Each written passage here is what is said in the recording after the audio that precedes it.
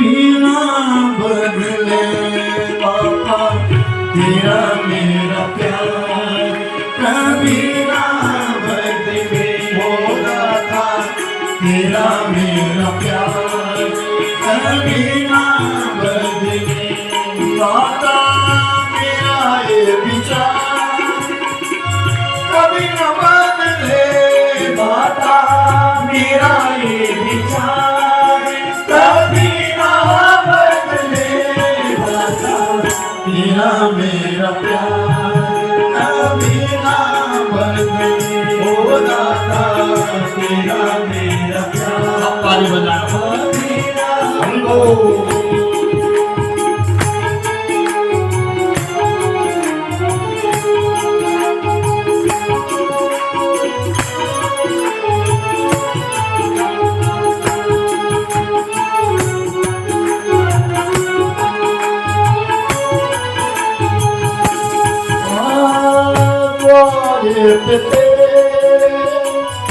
आता रहूं मैं चरणों में शीश झुकाता रहूं, द्वारे पे आता रहूं मैं चरणों में शीश झुकाता रहूं। दाता मेरा ये विचार कभी ना बदले हो दाता मेरा ये विचार कभी ना बदले हो दाता मेरा ये विचार कभी ना बदले दाता तेरा मेरा प्यार कभी ना बदले हो दाता तेरा मेरा प्यार कभी ना बदले।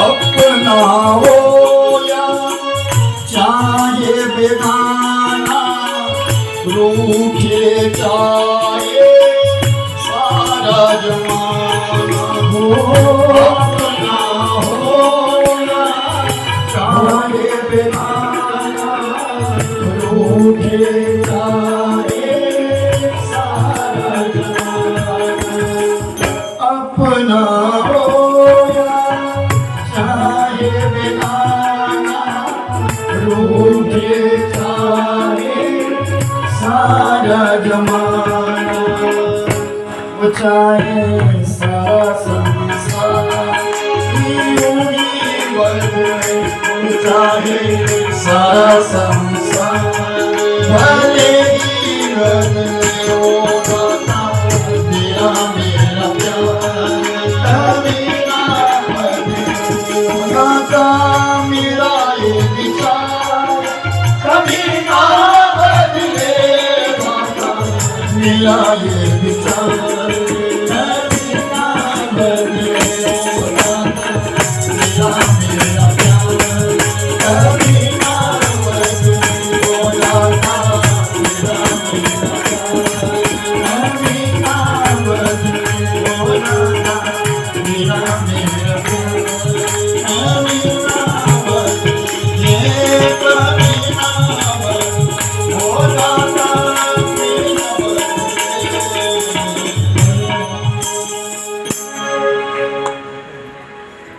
गांधार जो आज पाकिस्तान में नहीं मूल पर सिंध पंजाब गांधार के बीच में करा जा, जिनकी कन्या जिसका नाम है गांधारी, जिसका विवाह धृतराष्ट्र के संग जन्मंदा था। धृतराष्ट्र कौरव दुर्योधन का पिता, जिसके 101 पुत्र थे, उसका विवाह गांधारी के साथ हुआ। गांधारी बहुत सुंदर थी, बहुत सुंदर। ये लाइट आग में गई है। राष्ट्र का विवाह गांधार नरेश की कन्या गांधारी के संग हो गया, जिसके 100 भाई थे। कितने भाई थे? 100। और धृतराष्ट्र गांधारी को लेकर के आ गया, तो बहुत सुंदर थी। धृतराष्ट्र को देख नहीं सकता था। जब गांधारी का विवाह निश्चित हुआ और गांधारी को पता चला कि जो मेरा पति है वो जन्मदा है, तो गांधारी ने कपड़ा उठाया और अपने आंखों पे बांध दिया, मेरा पुरुष संसार की किसी भी स्त्री को नहीं देखेगा, तो मैं भी संसार में किसी पुरुष को नहीं देखूंगी। आंखें होते हुए भी अपनी आंखें बंद कर दी और पूरा जीवन नहीं खोली, अपने पुत्र के लिए खोली थी और अंत में कृष्ण को श्राप देने के लिए खोली थी। भगवान कृष्ण को श्राप देने थी। वो गांधारी विवाह होकर के जब धृतराष्ट्र के घर में आई, तो धृतराष्ट्र ने पूछा कि बताओ, सच बोलना, तुम्हारा प्रेम कभी पहले था?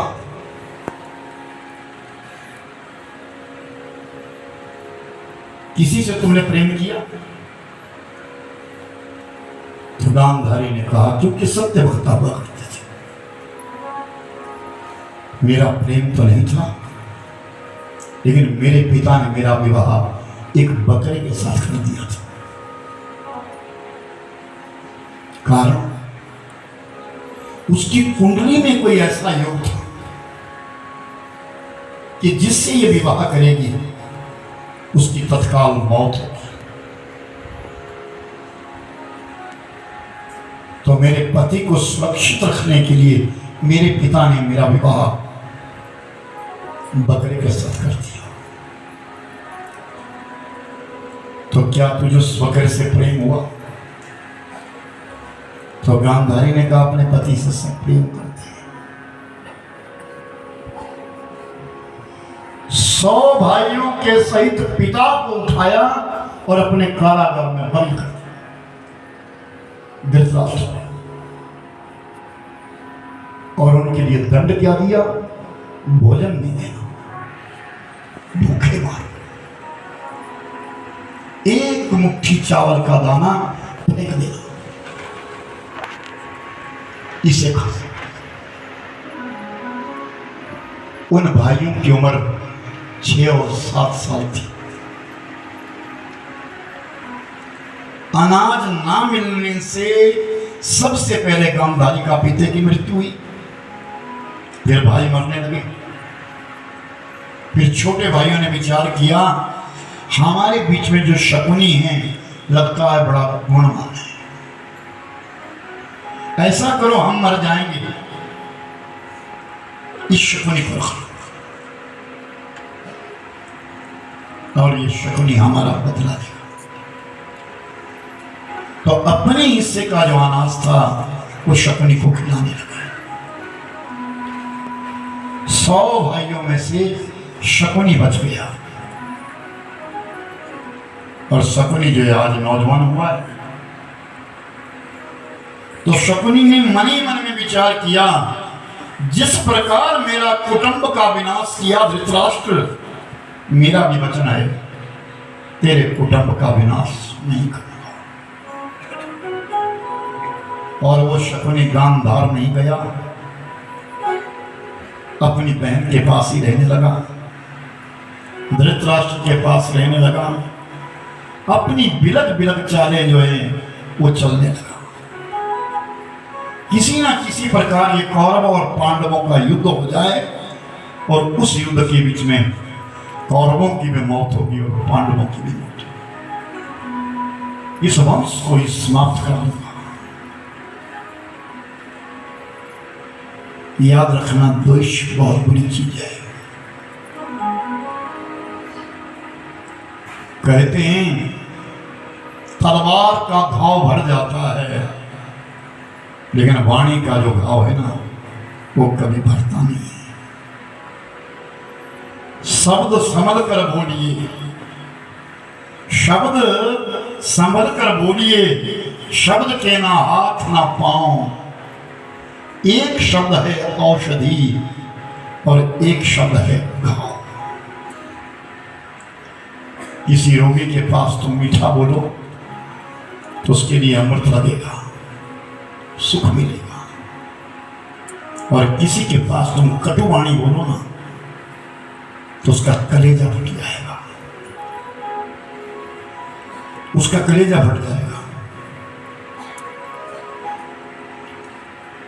तो शकुनी हर समय ढूंढता है, कुछ ना कुछ नुक्ते ढूंढता रहता है। आज पांडवों ने एक अश्वमेध यज्ञ प्रारंभ किया।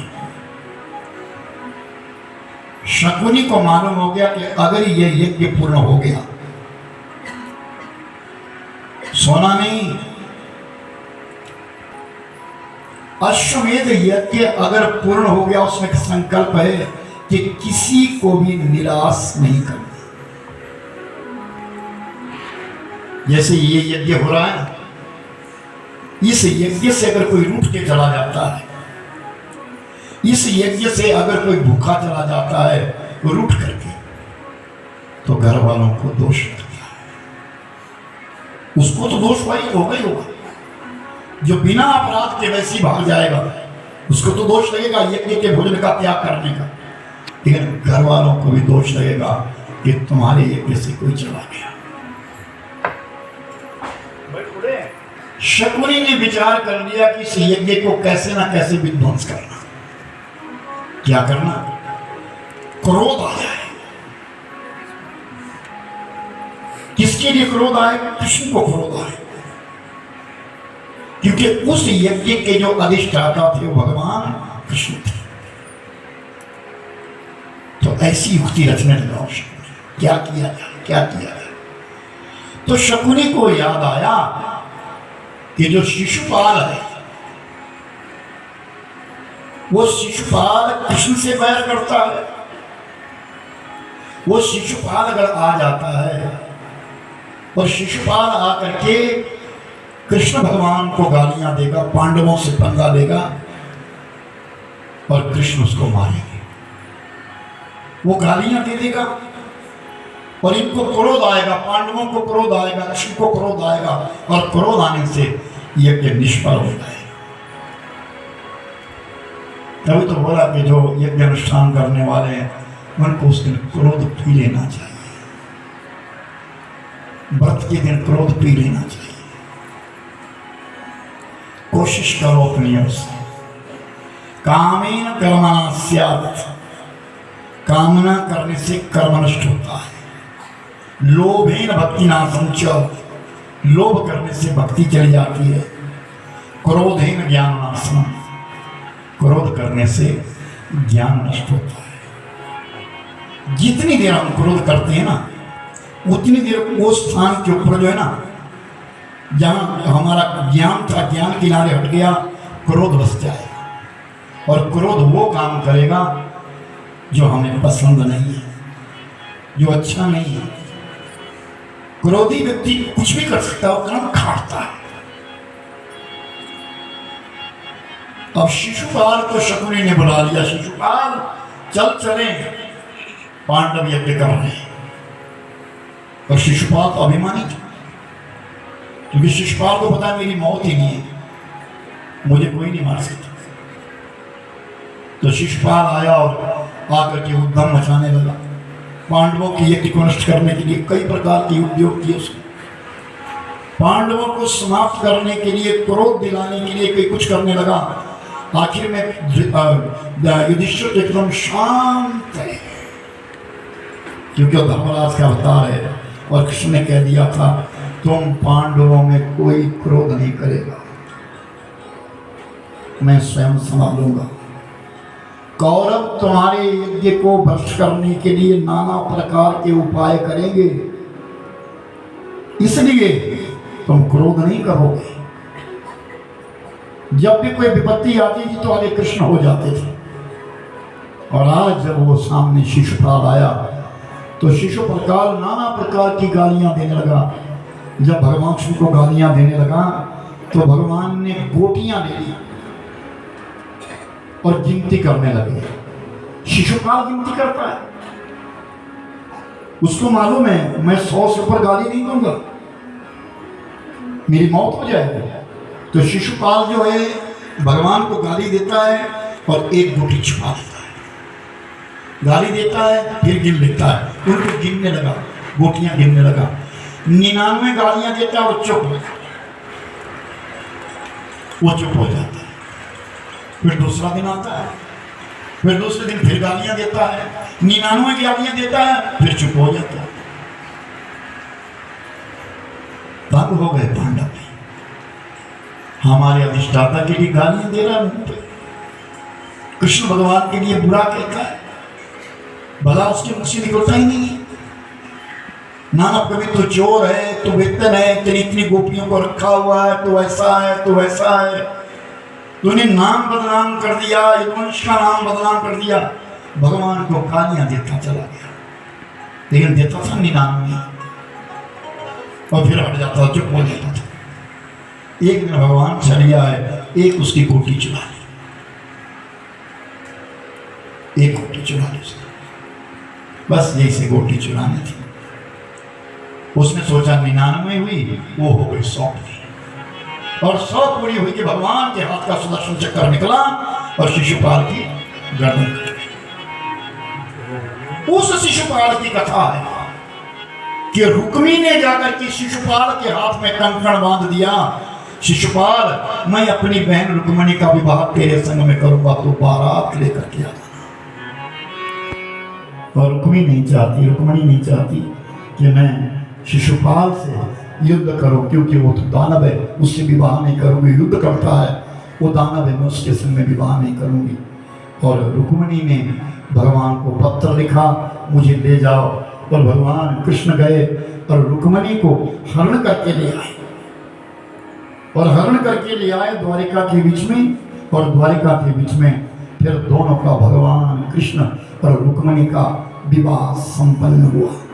भीष्म को बुलाया गया, कन्यादान के लिए बुलाया गया, कन्यादान। 1 साल के पश्चात भगवान कृष्ण के उस रुक्मणी के गर्भ से एक पुत्र जन्मा, जिसका नाम प्रद्युम्न हुआ। और वो पुत्र प्रद्युम्न को एक संबरासुर नामक दैत्य आया, चुरा करके ले गया और अपनी राजधानी में ले गया। वो प्रद्युम्न कोई और नहीं, वो कामदेव थे। उसकी पत्नी रति वहां रहती थी। पत्नी ने पति को पाला, बड़ा किया, और जब कामदेव बड़ा हो गया तो सम्रासुर को ही मार करके अपनी पत्नी को संग लेकर के द्वारिका नगरी में भगवान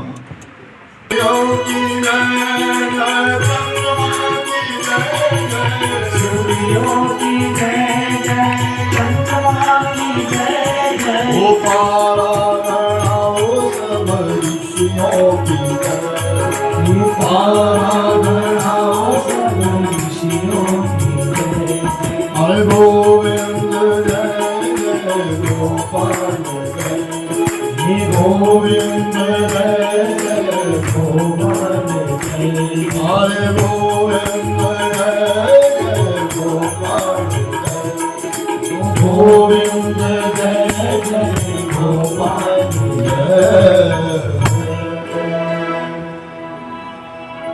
भगवान कृष्ण का दूसरा विवाह जामावती नाम की कन्या के संग हुआ, जो भालू की बेटी थी, जामवान की बेटी थी जामावती। और उसके यहाँ एक पुत्र पैदा हुआ जिसका नाम सांब था। वो भगवान शिव और पार्वती दोनों का संगम अवतार थे, सांब। और उसके पश्चात भगवान शिव का विवाह जमुना मैया के साथ हुआ, जिसका नाम कालिंदी था। उसके पश्चात भगवान शिव का चौथा विवाह सत्यभामा के साथ हुआ, जो राजा सत्यवादित्य की कन्या थी। जिसके दहेज के बीच में जितनी सत्यभामा का वजन था उतना ही सोना जो है राजा सत्यजित ने दान कर दिया था। जितना वजन था उतना सोना दान दिया था। उसके पश्चात एक मित्रविंद नामक राजा थे, उनकी कन्या का संग विवाह हुआ मित्रविंदा के साथ। छठा विवाह सत्या नाम की कन्या के साथ हुआ। सातवां विवाह भद्रा नाम की कन्या के साथ हुआ और 8वां विवाह जो था वो लक्ष्मणा के संग हुआ। 16,100 राजकन्याएं जो वेदों की ऋचाएं थी, वो एक भौमासुर नाम का दैत्य था, उसने अपने कारागार में बंद कर रखी थी। भगवान शिव ने उस भौमासुर को मारा और उन कन्याओं को आजाद किया। और सब जब कहा कि अपने अपने घर जाओ, उन्होंने कहा हम कैसे जा सकती हैं,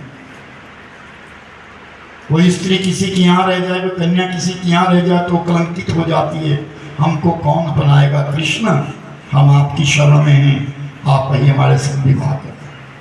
तो भगवान ने 16,100 राजकन्याओं के संग विवाह कर दिया। 8 पटरानियां और 16,100 पत्नियां। द्वारिका नगरी में प्रत्येक पत्नी को एक एक महल बनाया और बड़े प्रेम पूर्वक रहने लगे। लेकिन भगवान कृष्ण सबसे अधिक जो रहते थे वो रुक्मिणी के कक्ष में रहते थे, कि रुक्मिणी जो थी वो साक्षात लक्ष्मी का अवतार थी और उसकी जो पीड़ा थी वो सत्यभामा होती थी। किसको होती थी? सत्यभामा। कि सत्यभामा सुंदर तो बहुत थी, लेकिन सत्यभामा में इतना लक्षण नहीं था जितना लक्षण रुक्मिणी के अंदर था। तो सत्यभामा बहुत जलती थी, बहुत जलती थी। एक दिन की बात, देवर्षि नारद जी आए और नारद जी के हाथ में वीणा है। वीणा लेकर के नारद जी आए और एक एक सबसे मिलने लगे। और जब सत्यभामा के महल आए तो पूछा, सत्यभामा बताओ कैसी हो? सत्यभामा ने कहा, ऋषिवर मैं अच्छी हूँ, ठीक हूँ, लेकिन एक दुख है। बोले क्या? ये कृष्ण भगवान वो रुक्मिणी के पास रहते हैं ज़्यादा, मेरे पास नहीं रहते, कोई उपाय है? बोले दाने सो भोगे। क्या? दाने सो भोगे। कहते जैसे किसी ने कोई जैसा दान किया वैसा मिलता है। बोले क्या मतलब आपका? कि भाई तुम भी दान करो। बोले मैं दान करने को नहीं बोल रही हूँ, कृष्ण मेरे कक्ष में रहे, मेरे पास रहे, मेरी नजरों में रहे। तो बोले तो मैं भी वही कह रहा हूँ कि दाने सो होगे, जिसने कोई दान जैसा किया वैसा मिलता है। भाई मैं समझी नहीं, जितने कृष्ण उतना कृष्ण का दान करो। बोले मैं कृष्ण का दान कैसे कर दूं? मैं तो बोले कृष्ण मुझे चाहिए। नहीं नहीं, मेरे कहने का मतलब ये कि जितने वजन के कृष्ण है उतने वजन का तुम सोना किसी को दान कर दो, कृष्ण तुम्हारे हो जाएंगे, पक्का हो जाएंगे। तो सत्यभामा को गर्व था, उस गर्व को तोड़ने के लिए आज युक्ति रची। सत्यभामा ने कहा सोने की तो मेरे पास कमी नहीं, ठीक है महाराज आप करो क्या करना है, चलो आंगन का उपलेपन करो। आंगन लिपा गया और आंगन में जब पोताई करी गई, गोबर का उपलेपन किया गया, तो आंगन के बीच में खंभ गाड़ दिया और खंभ के ऊपर तराजू लगा दिया। और जब तराजू लगाया ना, जैसे तराजू लगाया और तराजू के बीच में 2 पलड़े बना दिए। पलड़े बना करके कहा एक पलड़े के बीच में भगवान कृष्ण को बिठाओ और दूसरे पलड़े के बीच में अपना सोना, दूसरे पलड़े में अपना सोना डालो। तो सत्यभामा ने कहा ये तो छोटी सी बात है, ये तो कोई बड़ी बात है नहीं, ठीक है। उठी और सीधी चली गई। पहले तो सब तैयारियां करी, तराजू लगाया, आंगन का उपलेपन किया, उसमें 2 तराजू के बीच में चकड़े बना करके रख दिए बड़े सुंदर तरीके से। और फिर गई भगवान कृष्ण के पास, कहने लगी, अब सीधा तो बोल नहीं सकती कि मैं क्या चाहती हूँ। कहती है प्रभु एक बात है क्या, एक ज्योतिषी आया था, उसने कहा था कि आपको बड़ा अरिष्ट है, बड़ा कष्ट होने वाला है। बोले फिर, बोले ऐसा करना, मैं आपका तुलादान करना चाहती हूँ। बोले मेरा तुलादान? हाँ। बोले कैसे करोगी? कि सोने से तोड़ना, सोना मेरे पास बहुत है। भगवान ने कहा ठीक है, क्योंकि वो तो जान ही जाने कि आज नारद ने इसको घुमा दिया हुआ है। और तराजू में भगवान कृष्ण स्नान करके बैठ गए। सत्यभामा जो है वो सोना लाने लगी। जितना भी दहेज में सोना आया था सब रख दिया, लेकिन कृष्ण नहीं उठे। जब कृष्ण का परिणाम नहीं उठा तो कहा सत्यभामा दानी सो होगी, अब दान करो ना, इतना सोना दान करो तब तुमको कृष्ण मिलेगा। बोले तुम्हें क्या? बोले तुम तो इतनी 16,108 नहीं हो, और पत्नियों का लाओ ना, अपनी सहेलियों का। बोले औरों का तो नहीं लूंगी, लेकिन रुक्मणी का सोना नहीं लूंगी, जो सिद्ध होती है। तो एक एक का सोना मांगने लगी और तराजू में डालने लगी, और सोने का ढेर रख गया, अपार ढेर लगा, लेकिन तराजू ना उठे। बोले तो अब क्या करो? बोले इतना बड़ी मथुरा नगरी नहीं है, बाहर निकल जा, बाहर तेरे लिए सोना मिल जाएगा। अब बाहर चली गई, नगर में चली गई, तो नगर में कौन दे सोना? कौन दे अपना सोना? कोई नहीं। मुझे कोई बोले निकाल, क्यों निकालो भाई? बोले नहीं, ये तो मेरे को मिला है। बोले नहीं, अब तुलादान करना। नहीं नहीं नहीं। तो कहती है गड़ुए में डाला कृष्ण को और घुमाने लगी। गड़ुए में डाल करके घुमा रही है सारे, तोला करना है, तोला करना है, तोला करना है। कोई धन नहीं, किसी ने इक्का दुक्का थोड़ा थोड़ा सोना दिया, सब तराजू में डाला, फिर भी पूरा। और फिर कहा, नारद जी फिर कहते हैं देवी एक सखी और है तुम्हारी अभी, रुक्मणी। बोले नहीं नहीं, इसके लिए। बोले तो फिर क्या बोले? अरे तन मन धन सारा लेना, ओ श्याम नाने नाने, धन्य मन धन्य सारा लेना, ओ श्याम नाने नाने। बोलो तन मन धन सारा लेना, ओ श्याम नाने नाने। तन मन धन सारा लेना, ओ श्याम नाने जाने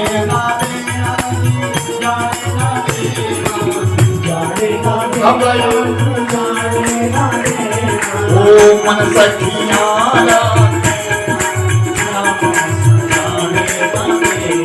ओ तन मन धन सारा लेना, ओ श्याम बोलो तन मन धन सारा लेना, ओ श्याम जाने ना देना, जाने ना देना, जाने ना देना, बोलो तन मन धन सारा लेना, ओ श्याम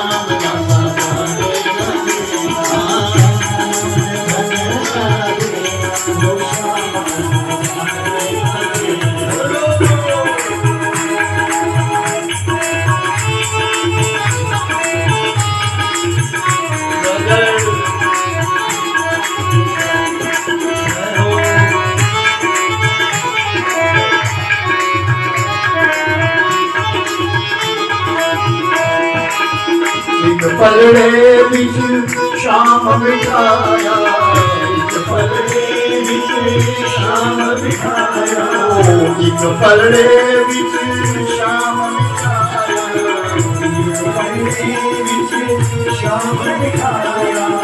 दूध बिच पाया सारा गहरा, पाया सारा गहरा, वो शाम बोलो तन मन धन सारा लेना, ओ श्याम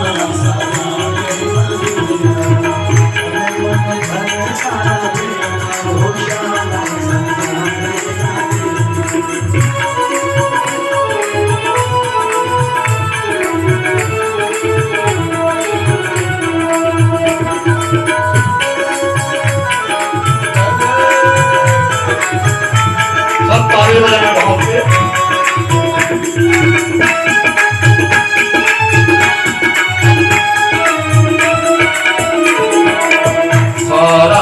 सखियां बनाया सारा देवर सखियां बनाया सारा देवर सखियां बनाया सारा देवर सखियां बनाया सिर पे पलड़ा ऊपर लाया मेरी पलड़ा ऊपर लाया मन सखियां का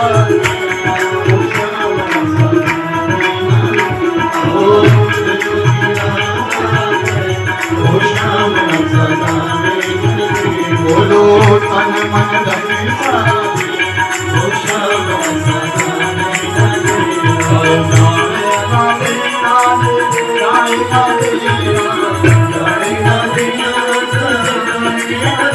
बोलो मन सखियां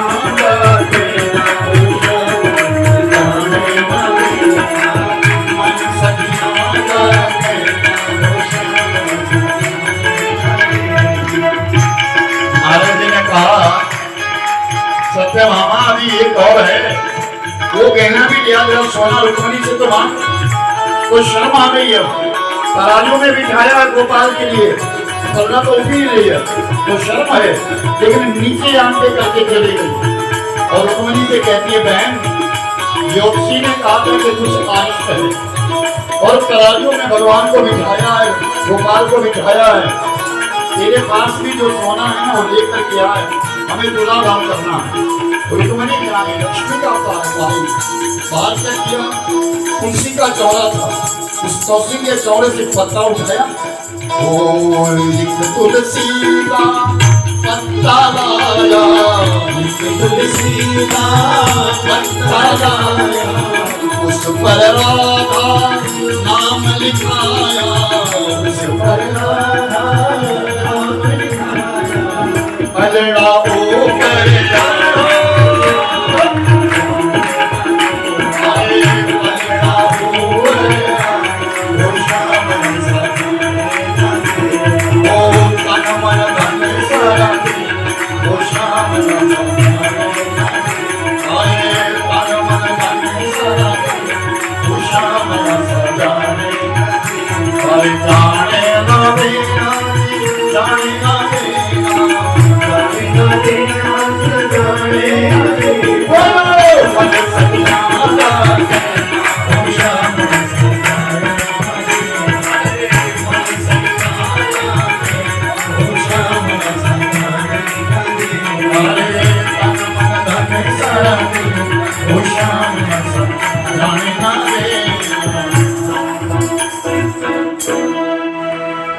राधा नाम की क्या शक्ति है?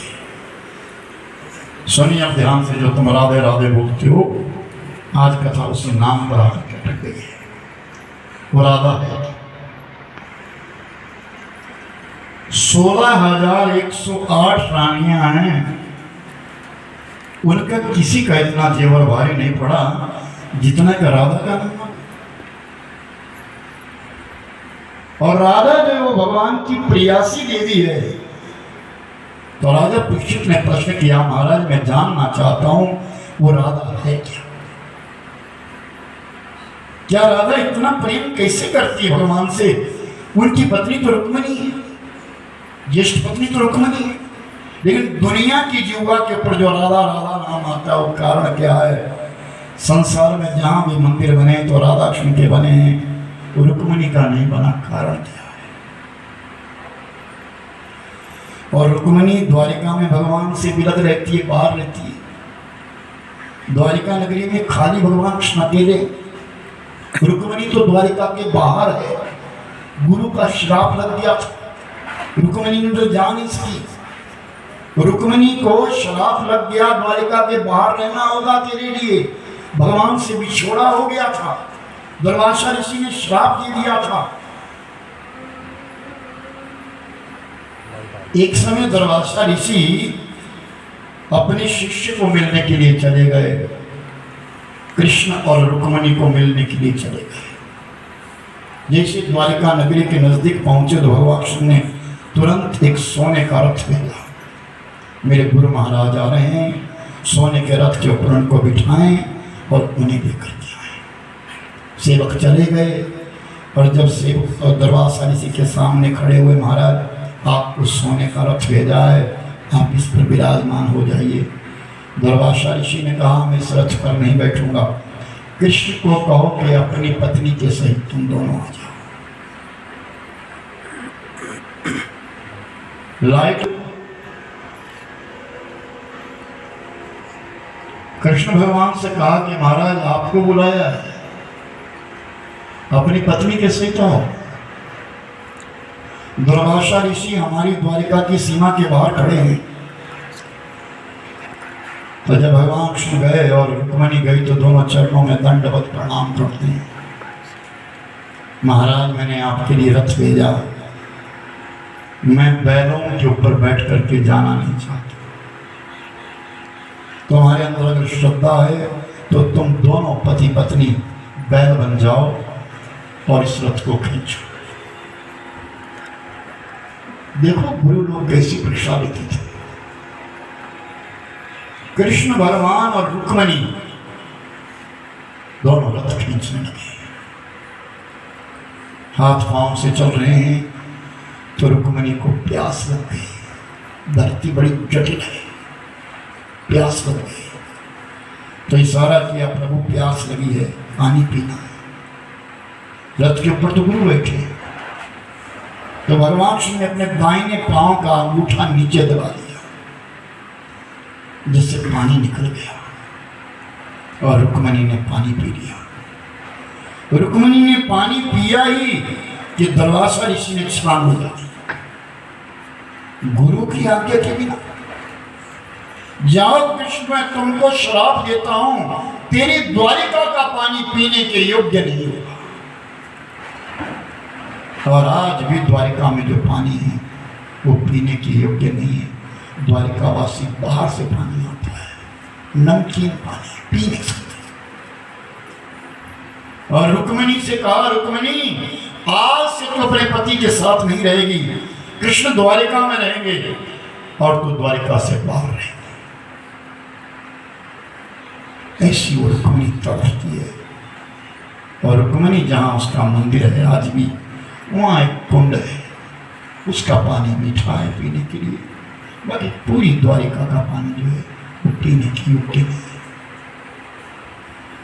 उस रुक्मिणी को साथ लेकर के 16,160 पत्नियों को लेकर के भगवान कृष्ण मंत्रणा कर रहे हैं और अपनी द्वारिका में कह रहे हैं कुछ दिनों के पश्चात अमावस्या आ रही है और अमावस्या को कुरुक्षेत्र के मैदान में सूर्य ग्रहण लग रहा है,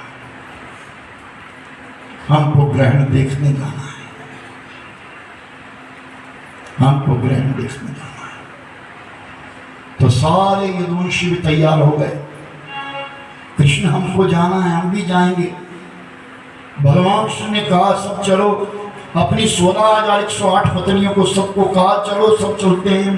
तैयारी हो गई और ये आवाज वृंदावन के बीच में, गोकुल के बीच में, मथुरा के बीच में ब्रजबालिकाओं को सबको पता लग गया।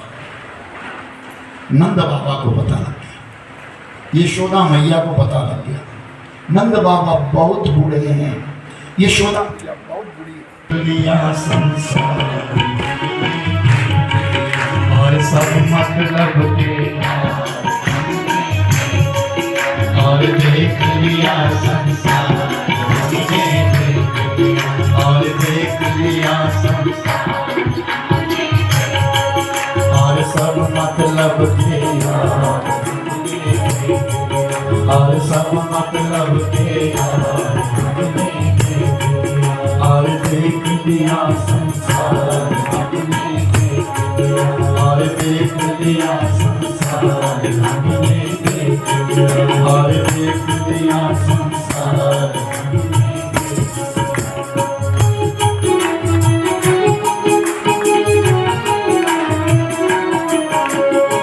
जिसका विश्वास किया उसने निराश किया, जिसका विश्वास किया उसने निराश किया। और जिसका विश्वास किया उसने निराश किया, जिस जिसका विश्वास किया है उसने विनाश किया।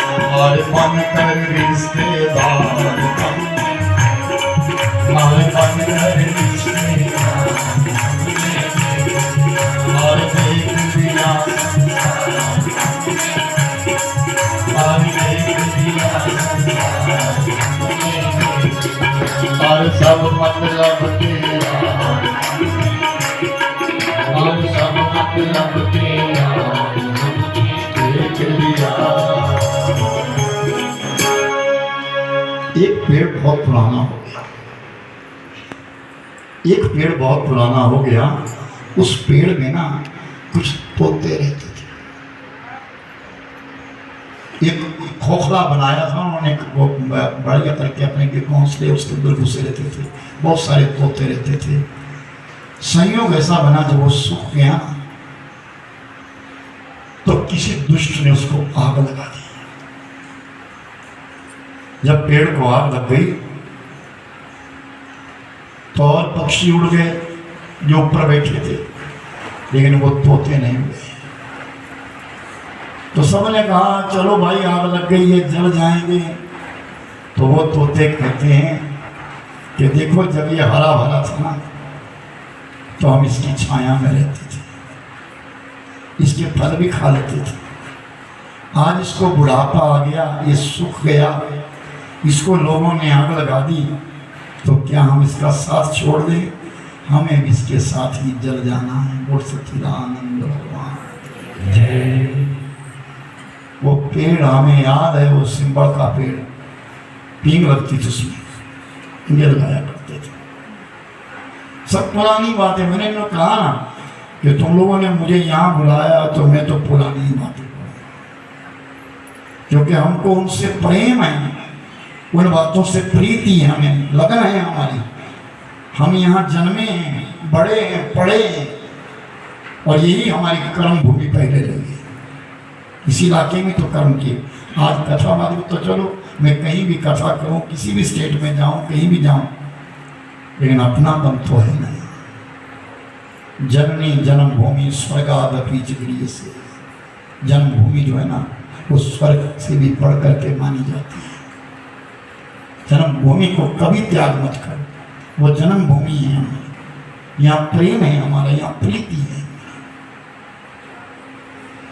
तो द्वारिका वासी सब जाने को तैयार हो गए, और मेरे भाई बहन उधर से ब्रजवासी भी तैयार हो गए। और ब्रजवासियों के मन में ये आई कि हमने अपने गोपाल से मिलना है। तो नंद बाबा और यशोदा मैया भी तैयार हुए। दिखता तो है नहीं, बहुत कम दिखता है। तो यशोदा मैया को नंद बाबा से कहती है, क्या हमारा गोपाल हमें पहचानेगा? क्या हमारा गोपाल हमें पहचानेगा? नंद बाबा कहते हैं, सुन, वो कनवा है हमारा, बड़े और राजाधिराज बन गया है। वो अपने बाबा को, अपनी मैया को नहीं भूला है। नहीं, उसको मिले नहीं, कैसे तो राजा है। उसके आगे पीछे तो बड़ा पहरा होगा, हम कैसे जाएंगे? वो कैसे हमको पहचाने? नंद बाबा ने कहा, चिंता मत कर, चल तो सही। और दोनों हाथों में लाठियां लेकर के यशोदा मैया नंद बाबा के पीछे पीछे चली। ब्रजवासी चले आए और लंबी कतार में खड़े हैं, हजारों ही लोग कतार में खड़े हैं, एक झलक पाने के लिए, उस गोपाल की एक झलक पाने के लिए, उस गरीबी की याद दिलाने के लिए, उस बचपन को याद दिलाने के लिए। किसको? दुनिया के राजा को, कि देख तेरे बूढ़े माँ बाप, अम्मा बाबा किसे रहे, तू कितना निष्ठुर हो गया रे, तेरे को याद नहीं आ रही है?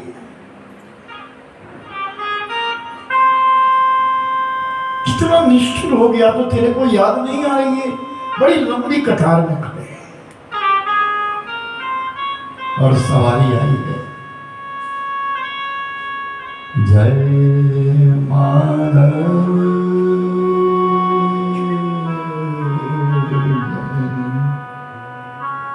कुंज बिहारी,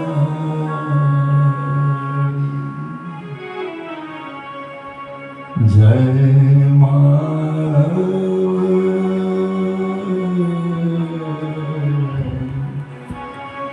कुंज बिहारी, जय राधा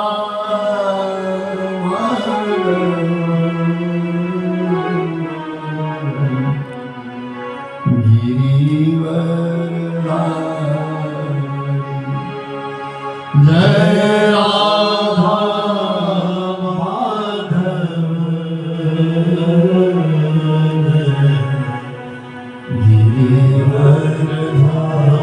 गिरिवरधारी। सवारी आई है द्वारिकाधीश की, मंत्र जाप हो रहे हैं।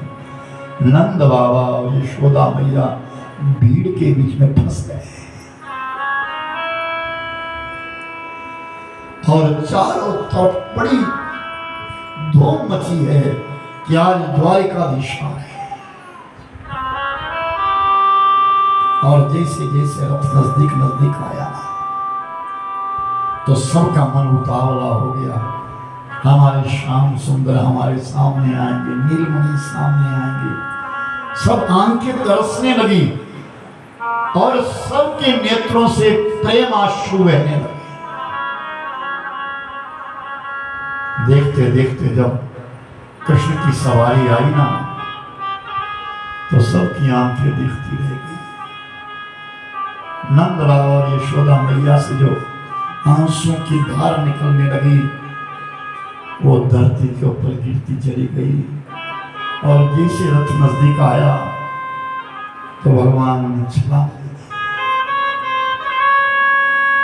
और नंद बाबा और यशोदा मैया के जब कंठ अपने वृद्ध बाबा और यशोदा मैया के कंठ जब भगवान मिले ना तो मेरे भाई बहन आकाश से देवताओं ने फूलों की बारिश की। नंद बाबा अपनी शिविर में चले गए, यशोदा अपने शिविर में चली गई। भगवान कृष्ण रुक्मिणी के संग अपने शिविर में चले गए। कुरुक्षेत्र का मैदान भर गया। सूर्य ग्रहण और अपनी अष्ट सखियों के साथ श्री राधा जी आई। किशोरी तेरे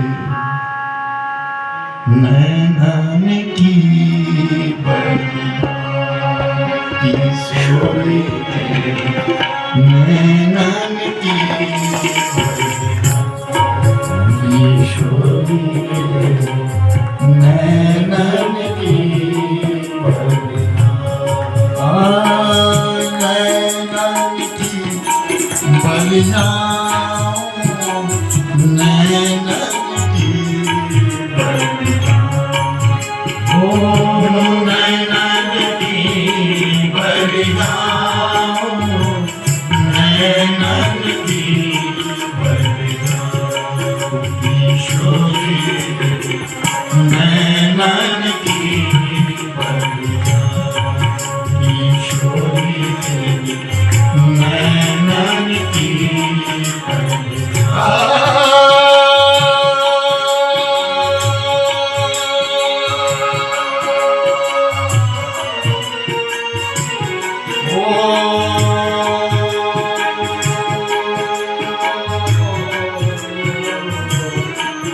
किशोरी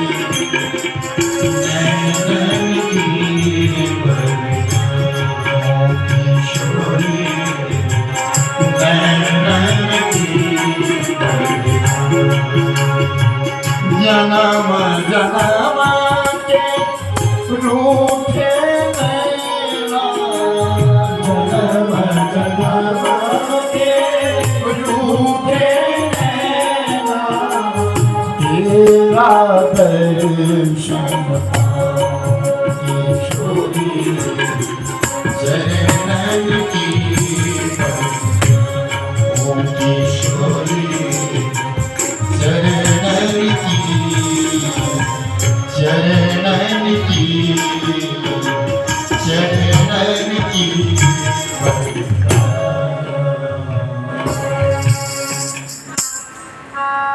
रात हुई, सब अपने अपने शिविरों में, और राधा जी जो बैठ नहीं सकती, वो किशोरी बैठ नहीं सकती।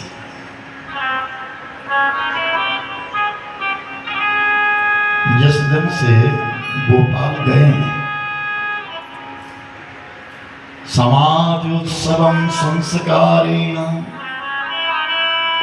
रजस्वात्यागतं पति, पति परदेश चले जाए तो श्रृंगार छोड़ दिया जाता है। जब से गोपाल ब्रजमंडल से गए हैं, राधा जी ने श्रृंगार करना छोड़ दिया है, समाजोत्सव में जाना छोड़ दिया है, और एक बहुत बड़ी प्रतिज्ञा ली है। क्या? दूध नहीं पीऊंगी, माखन नहीं खाऊंगी, गौरस नहीं लूंगी, क्योंकि ये मेरे प्रिय के प्रिय, जो मेरे प्रियतम की वस्तु है उसे नहीं मिल रही है, मैं भी नहीं लूंगी। और श्री राधा जी वो किशोरी जो है ना, बिल्कुल कमजोर हो गई है, हमेशा लेटी रहती है, उठती नहीं। रुक्मिणी ने आज कृष्ण से कहा, जानना चाहती हूं, जो दुनिया राधा राधा नाम लेते हो, राधा मिलना चाहती हूं, मैं आपकी राधा से मिलना चाहती हूं। मैंने उस राधा को देखा नहीं है, वो राधा कौन है?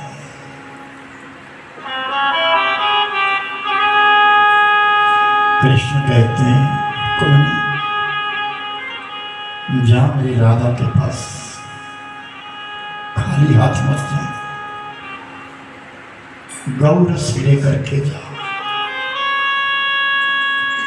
मेरी राधा को दूध प्रिय है, मेरी राधा के लिए दूध बहुत प्यारा लगता है, गौरस लेकर के जाओ। एक लोटा दूध का भरा, उबाला गरम गरम दूध का लोटा लेकर के रुक्मिणी चली गई। राधा की सखियां खड़ी है, रुक्मिणी ने विनय करी, मैं राधा जी से मिलना चाहती हूँ। सखियां अंदर गए और किशोरी जी से कहा, किशोरी जी भगवान की पत्नी आई है, कृष्ण की पत्नी आई, आपसे मिलना चाहती है, आदर पूर्वक अंदर ले आओ, लेकिन पहले मुझे बिठा दो। और कहें उन सखियों ने पीछे से सहारा दिया और राधा जी को पलंग के ऊपर बिठा दिया। रुक्मिणी अंदर आई और रुक्मिणी ने जब राधा को देखा, किशोरी तेरे चरणन की बलिया, अपने आप रुक्मिणी का मस्तक जो था वो राधा के चरणों की ओर चला गया। देखते और रुक्मिणी ने वो दूध का लोटा राधा जी को दे दिया। अब राधा जी ने तो संकल्प लिया है कि मैं दूध नहीं पीऊंगी, मेरे गोपाल को दूध मिलता नहीं है, वो भी द्वारिका में दूध नहीं पीते और मैं भी दूध नहीं पीती। लेकिन आज कृष्ण की पत्नी दूध लेकर के आई है। तिरस्कार करूं तो कैसे करूं? राधा विचार करती, अगर रुक्मिणी का निरादर हो गया तो जिनकी पत्नी और नाराज हो जाए। और राधा ने वो लोटा लिया और गट गट गट करके पी गई। थोड़ी देर बातें करी आपस में। राधा को सुन करके समझ करके कृत्य कृत्य हो गई वो रुक्मिणी। और जब लौटी और जब भगवान कृष्ण के पास आई तो क्या देखा? भगवान कृष्ण के पांव में छाले पड़े, फफोले पड़ गए हैं, सारे पांव जल गए हैं। तो रुक्मिणी ने कहा, स्वामी अभी जब मैं यहां से गई थी, बंद करो उसको, यहां से गई थी ना तो आपके पांव तो बिल्कुल ठीक थे। क्या हुआ? तो कृष्ण कहते, रुक्मिणी सुन, मेरी राधा को तूने गरम गरम दूध पिलाया। मेरी राधा के हृदय में मेरे पांव रहते हैं, वो मुझसे प्रेम करती है, मेरे पांव अपने हृदय में रखते हैं। उस गर्म दूध से ना मेरे पांव जल गए। क्या प्रेम है, कैसा प्रेम है। तो रुक्मिणी चुप गई। किशोरी तेरे चरणन में बलिया,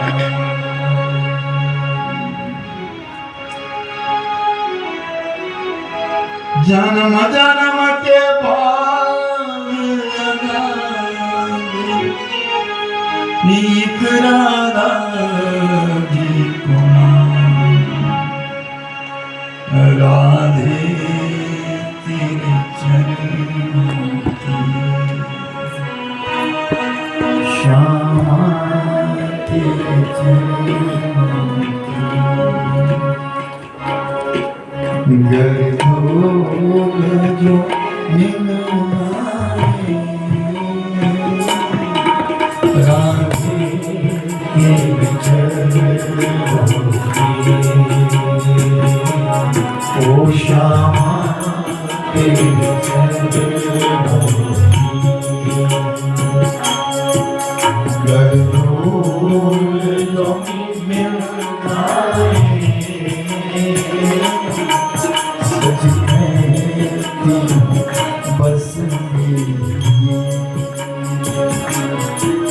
सच कहती हूँ बस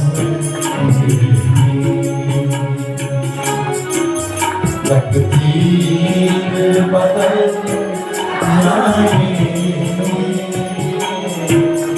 राधे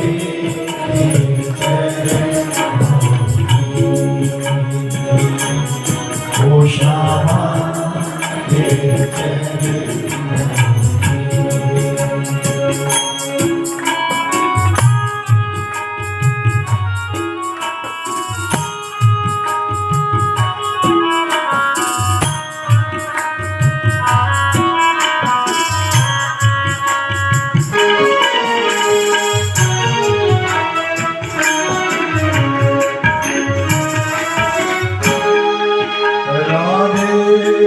इस जीवन की बस एक तमन्ना है राधे इस जीवन की बस एक तमन्ना है तुम सामने हो ये तुम सामने हो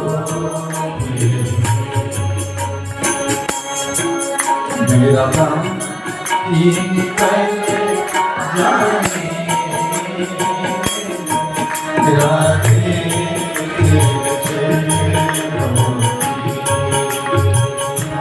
वो श्यामा